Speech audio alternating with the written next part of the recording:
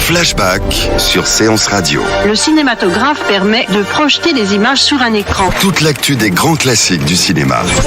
Bientôt, les films vont être sonorisés. Flashback avec Antoine Cyr et Antoine Julien. Je ne sais pas si vous vous rendez compte de l'aspect grandiose du mélange. Our first full-length motion picture feature in color opens a whole new world of thrill. Flashback sur Séance Radio. Ça, c'est le cinéma.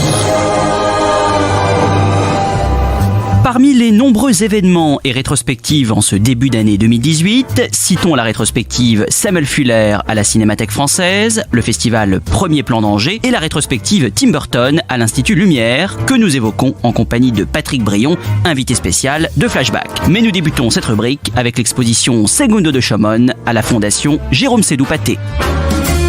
Parmi les nombreux événements de ce début d'année, débutons avec l'exposition Segundo de Chaumont à la Fondation Pathé qui se déroule jusqu'au 10 mars 2018. Créateur d'effets spéciaux, coloriste, photographe, opérateur et metteur en scène, Segundo de Chaumont fut, à l'instar de Georges Méliès, l'un des pionniers des débuts du cinéma en Europe. Débutant sa carrière à Barcelone, il arrive à Paris en 1906 où il travaille chez Pathé à la réalisation de scènes à trucs. Il se fait rapidement remarquer par ses nombreuses trouvailles. L'exposition présente pour la première fois un ensemble inédit de plus de 350 pièces, soit une sélection de photographies de plateau au début du XXe siècle provenant de fonds de l'acteur et scénariste Max Bonnet, du Museo Nazionale del Cinema de Torino, ainsi que des affiches issues de la collection de Pierre Tchernia. Nous sommes partis à la découverte de cette exposition en compagnie de Stéphanie Salmon, directrice des collections historiques de la Fondation, qui nous en dit davantage sur ce maître des trucages. Stéphanie Salmon, bonjour, merci beaucoup d'être avec nous dans Flashback. Alors, est-ce que vous pouvez nous dire quelle est la place de Segundo de Chaumont dans l'histoire des pionniers du cinéma? Segundo de Chaumont a une place assez particulière parce qu'il, d'abord, c'est un personnage qui est auréolé d'un certain mystère. On connaît assez peu de choses sur sa vie et il s'est jusqu'à aujourd'hui un peu présenté, ou les historiens le présentent un peu comme un suiveur de Georges Méliès. C'est quelqu'un qui prolonge la vie des films à trucs en proposant essentiellement ce type de film au catalogue Pathé, et c'est même pour ça qu'il semble avoir été embauché. Mais c'est pas exactement la même chose. Il innove, il y a tout un univers aussi qui lui est propre, et il a été reconnu assez vite par ses contemporains comme un grand spécialiste du trucage. Il a même terminé sa carrière en Italie avec Giovanni Pastrone, parce qu'il était un des maîtres des effets spéciaux. Alors, dans l'exposition que vous lui consacrez, on peut découvrir de nombreuses photographies qui viennent de différents fonds, de différentes sources. Est-ce que vous pouvez un petit peu nous raconter comment vous avez pu constituer cette exposition à partir d'importants catalogues d'archives? Alors, c'était pas gagné dès le début parce qu'en fait, dans la collection de la Fondation, il y avait finalement très peu d'affiches qui étaient consacrées au film de Segundo de Chaumont. Et puis il y a eu une sorte de miracle qui a été ce fonds de photographie qui est conservé au Museo Nazionale del Cinema de Turin, qui est l'un des grands musées du cinéma en Europe. Et Turin, c'est aussi la ville où a démarré le cinéma en Italie. C'est la ville où Segundo de Chaumont a travaillé et où son fils, Robert, Robert a déposé un ensemble de photographies, plus de 350 photographies au musée de Turin. Et donc il y avait cet ensemble qui reste encore assez méconnu, qu'on a, nous ici à la Fondation, identifié, on a identifié les films, on a essayé de constituer un inventaire. Voilà, donc ça c'est le fond le plus important. Donc ces photographies ont à voir avec Segundo de Chaumont. On ne sait pas si c'est lui qui les a prises, si c'est exactement à chaque fois ses films, mais il y a évidemment un rapport. Et c'est des photographies sur lesquelles on voit beaucoup de trucage, on voit les coulisses des décors, on voit aussi qu'il emploie régulièrement les mêmes comédiens. Il y a tout un tas de trucs et astuces en fait des studios qu'on peut voir à travers ces photographies. Et les autres collections qu'on présente, il y a des choses évidemment qui viennent de la Fondation, comme les photographies de Max Bonnet, qui était un comédien qui venait de la troupe du Châtelet, souvent employé par Chaumont. Donc le fonds Max Bonnet, ce sont essentiellement des photographies qui ont la particularité d'être annotées au verso, et donc on peut identifier des comédiens. Et puis il y a aussi des affiches qui viennent de la collection de Pierre Tchernia. Sangono de Chomon, c'est un contemporain de Méliès, bien sûr.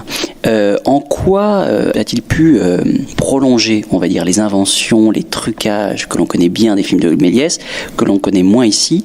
En quoi, soit il a été un précurseur, soit il a été un suiveur de l'art des trucages de Méliès? Oui, ça a dû très probablement être un des admirateurs de Méliès. En tout cas, il réalise des films en connaissance de cause. Il reprend parfois des sujets que Méliès a réalisés, comme En avant la musique ou dans le film Une excursion sur la Lune, qui semble être une copie, mais 6 ans plus tard, du Voyage sur la Lune. On est dans la même veine et en même temps, c'est pas exactement la même chose. Ce sont aussi, dans les deux cas, des hommes qui s'inscrivent dans une culture du 19e, qui est encore celle du 19e siècle, avec toutes les féeries.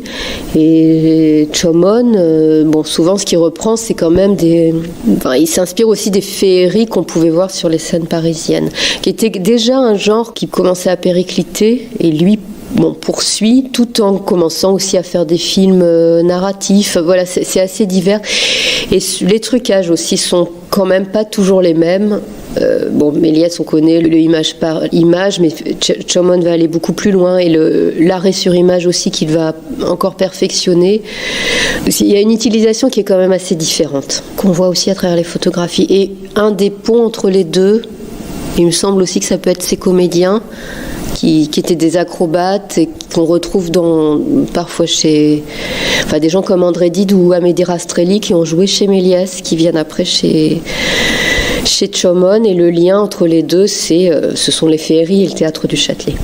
Sa collaboration avec Pathé s'arrête au bout d'un moment, et il va ensuite aller en Italie comme spécialiste des trucages. C'est ce qu'on retiendra de lui essentiellement, un spécialiste des trucages, où on pouvait dire que, vous en avez un peu parlé à l'instant, mais il avait un univers aussi, et que finalement spécialiste des trucages, c'est un peu réducteur par rapport à tout ce qu'il a pu réaliser dans sa carrière. Il a forcément un côté, c'est un spécialiste des trucages, mais il les investit d'une manière quand même assez poétique et fantastique. Donc, encore une fois, ça se rapproche de Méliès, mais c'est quand même très différent. Tout l'univers de la grotte, du fantastique. Il travaille aussi beaucoup sur des contes. Il y a vraiment un univers particulier. Ça, on le voit sur les photographies. Ce qui est intéressant aussi, et c'est peut-être l'un des premiers à faire ça, c'est pas le seul en tout cas, c'est qu'il a une carrière européenne. Donc c'est quelqu'un qui commence à Barcelone, il vient en France, il retourne à Barcelone en 1906, et après il ira travailler en Italie. Donc les réalisateurs qui passent les frontières ou même qui vont après travailler aux États-Unis, ce sont des choses assez courantes, mais lui il est vraiment reconnu pour ça, et s'il passe autant les frontières, c'est peut-être parce qu'il est reconnu comme un spécialiste des effets spéciaux, et à ce titre, il est demandé. On l'emploie pour ça. Alors Sangono de Chomon avait aussi une particularité, et surtout c'est très prégnant quand on voit les photos de l'exposition, c'est qu'il ne tournait pas qu'en studio. Contrairement à Méliès, il sortait la caméra à l'extérieur. Ça, c'est quand même une de ses marques de fabrique. Oui, c'est quelque chose qu'on voit dans des films, ou des photographies comme celle de La Légende du fantôme, pour parler d'un de ses films les plus connus. En fait, on est aussi à un moment où les caméras sortent des studios, parce que parfois il y a trop de tournage. Chez Pathé, il y a une très forte demande à partir de 1906, c'est-à-dire au moment où Chomon arrive. C'est peut-être pour ça d'ailleurs qu'il continue dans le Filmatrix, c'est qu'il faut fournir, et dans des genres très différents. Et donc on tourne beaucoup dans les studios, mais on comprend dans les textes que parfois il n'y a peut-être pas assez de place, donc il faut sortir. Et il y a une sorte de mixte effectivement dans ces films. Alors La Légende du fantôme, c'est tourné au studio de Montreuil avec des effets spéciaux, du sort de carton-pâte. Il y a aussi des scènes tournées dans la forêt de Fontainebleau. L'araignée d'or aussi, on voit qu'il y a des choses qui sont tournées dans cette forêt. Voilà, c'est assez Il y a quand même tout un travail sur le montage par rapport à ça. Même pour des films qui ont un caractère ou fantastique ou qui s'inspirent de contes.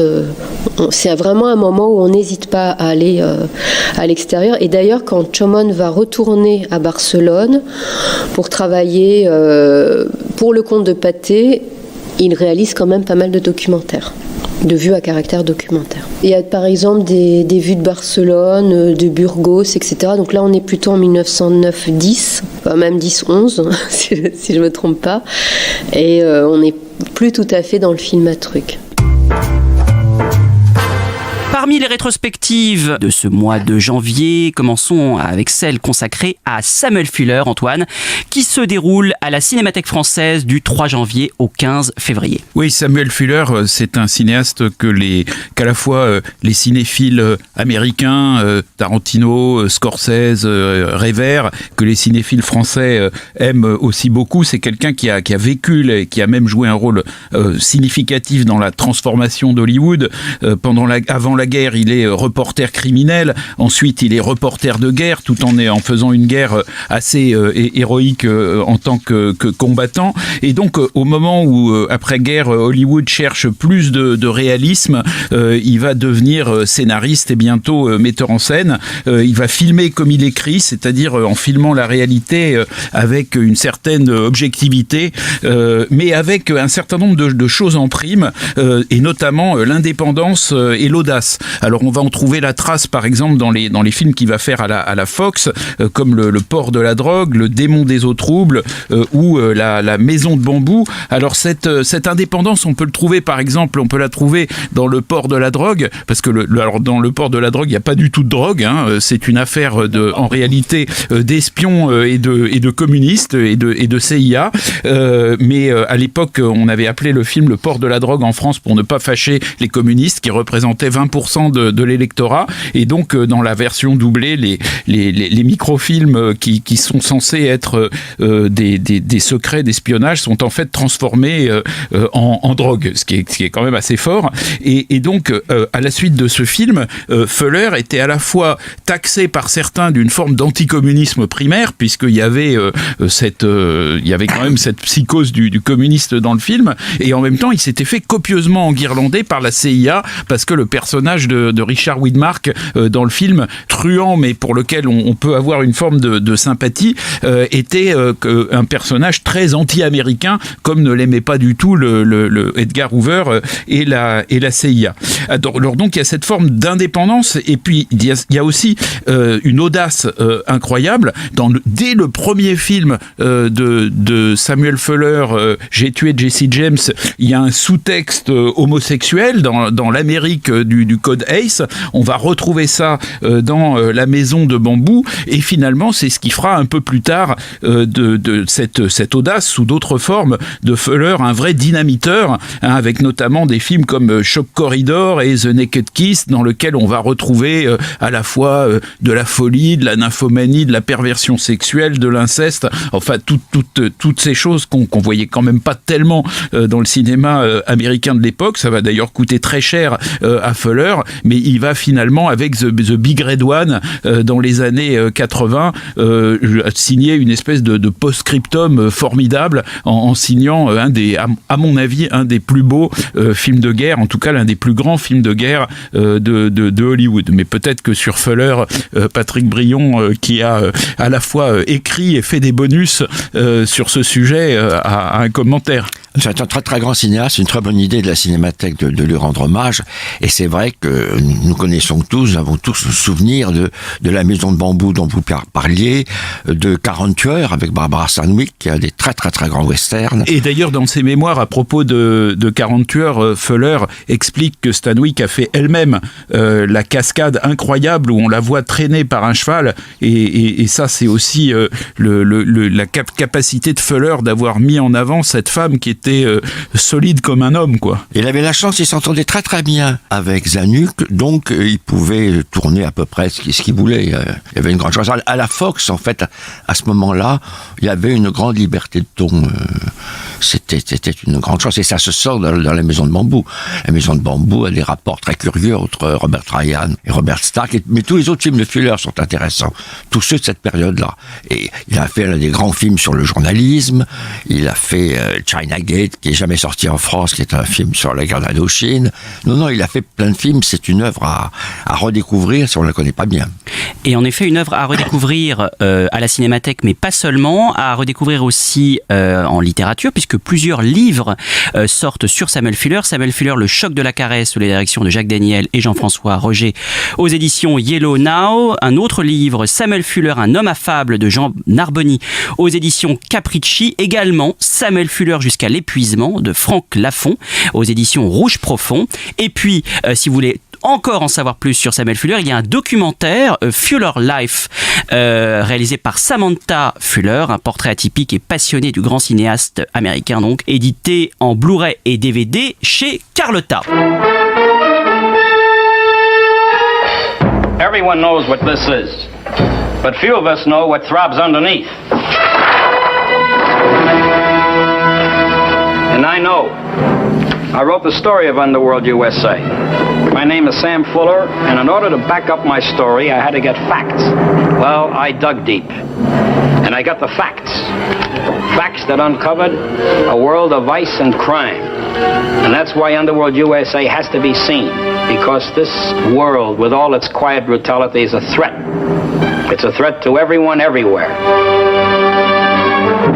Parmi les autres événements, citons le festival Premier Plan d'Angers qui se déroule du 12 au 21 janvier. Il est présidé cette année par Catherine Deneuve. Alors, le festival Premier Plan d'Angers parle beaucoup, bien sûr, des films d'aujourd'hui, mais aussi des films d'hier, à travers une rétrospective sur Pedro, une rétrospective intégrale de Pedro Almodovar. Également, une rétrospective Agnès Varda, qui, rappelons-le, vient de recevoir très récemment à Hollywood un Oscar d'honneur. Elle sera présentant évidemment ses nombreux longs métrages, mais aussi ses courts métrages et ses documentaires plus récents. Les Monty Python, et ça me réjouit particulièrement, seront également à l'honneur à travers une sélection de plusieurs films.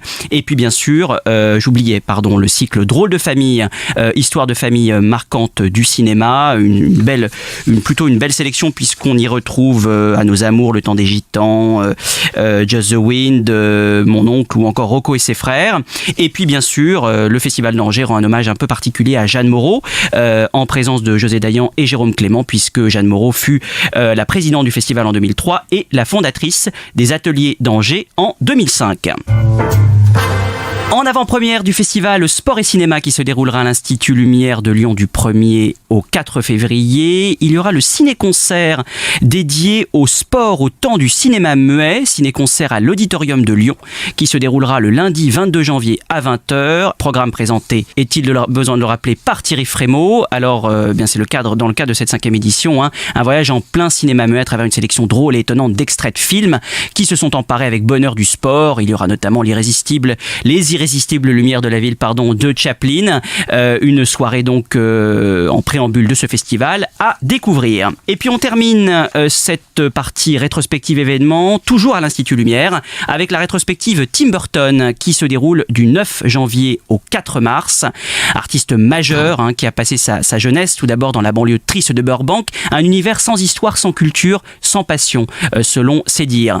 Durant cette période, il réalise plusieurs courts-métrages amateurs Super 8 et pourtant peu doué pour les études, il intègre tout de même le prestigieux California Institute of the Arts, où il fait la rencontre de Rick Heinrichs, qui deviendra l'un de ses principaux collaborateurs. Grâce à ses talents dessinateurs, il finit par rejoindre le département d'animation des studios Disney. Puis, artiste concepteur sur Taram et le Chaudron Magique, il voit tous ses dessins préparatoires refusés par le studio qui les jugeait trop morbides. Il réalise ensuite le court-métrage Vincent, qu'il put réaliser grâce à l'appui de 2 alliés de Disney, d'une noirceur et d'une poésie que je trouve toujours assez incroyable. Le film est sans doute la synthèse de toute l'œuvre burtonienne. Il en fera même un long métrage un peu plus tard. Il fera par la suite Frankenweenie, puis Libéré de Disney. Il réalisera Pee-wee, son premier long métrage, avant d'entamer la carrière que l'on sait, Batman, Ed Wood, Mars Attacks, Sleepy Hollow, Big Fish, Charlie et la chocolaterie. Une carrière un peu balbutiante aujourd'hui, où l'inspiration s'est amenuisée, reproduisant un peu toujours les mêmes motifs. Un peu décevante.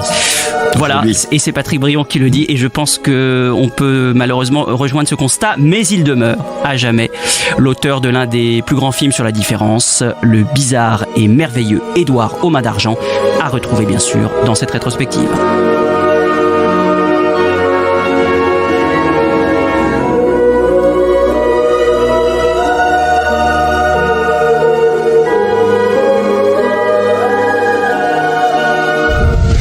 Flashback sur Séance Radio. Le cinématographe permet de projeter les images sur un écran. Toute l'actu des grands classiques du cinéma.